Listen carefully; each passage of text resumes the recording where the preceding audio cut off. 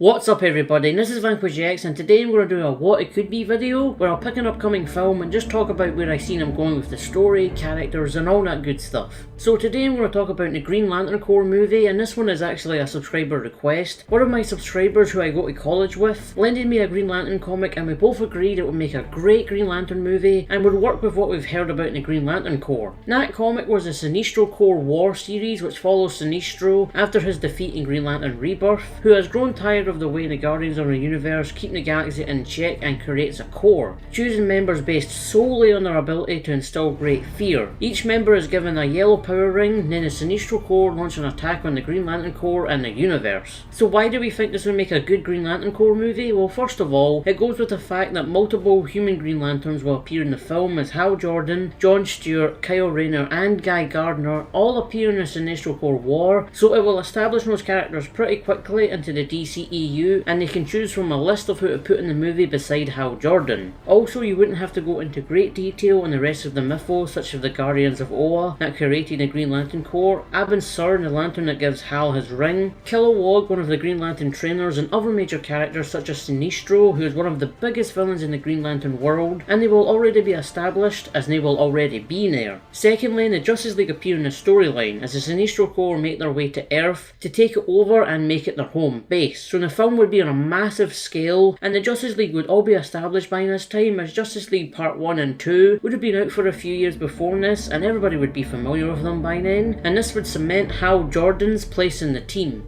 Lastly, the storyline would take the dceu to places we would have never dreamed of seeing in any comic book film, such as the Antimatter universe, Mogul, the living planet that guides the Green Lantern rings to new hosts after the other dies, the emotional spectrum, which could lead to seeing other corps such as the Red Lanterns who are fueled by rage, the Blue Lanterns who are fueled by hope, White Lanterns who are fueled by life, and the Orange Lanterns that are fueled by greed, and could lead to other storylines such as the Blackest Night, which involves Necron, the force of death who brings back deceased superheroes and wants to eliminate all life and emotion from the universe, and would introduce the Black Lantern Corps that are fueled by death and their leader Black Hand.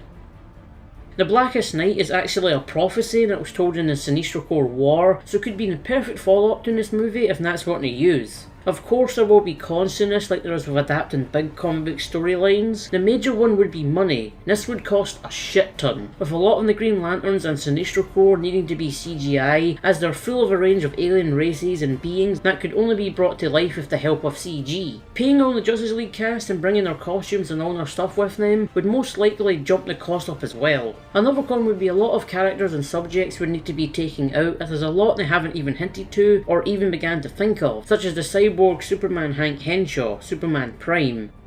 Paralax is in the storyline, so I don't know if they want to go back to him, as he was in the last Green Lantern film, and we saw how that turned out, unless they do him properly this time. But I think they would manage if they took all this out and could still make a good movie, and I think this would be a great piece to do with the Green Lantern property, as it's just an intergalactic war that jumps across the galaxy. The Green Lantern Corps members drop like flies, and it really shows you how much of a great villain Sinestro is, as he makes a core that brings the Green Lanterns close to their brink. So those are the reasons why I think the Sinestro Corps War would be a great piece to base the Green Lantern Corps movie on. So that's it from me guys. If you liked the video, rock out on that like button, leave a comment and tell me if you agree with my reasons for this or like this kind of video. Also don't forget to subscribe, as it really helps me out. Thanks for watching and stay tuned for the next video.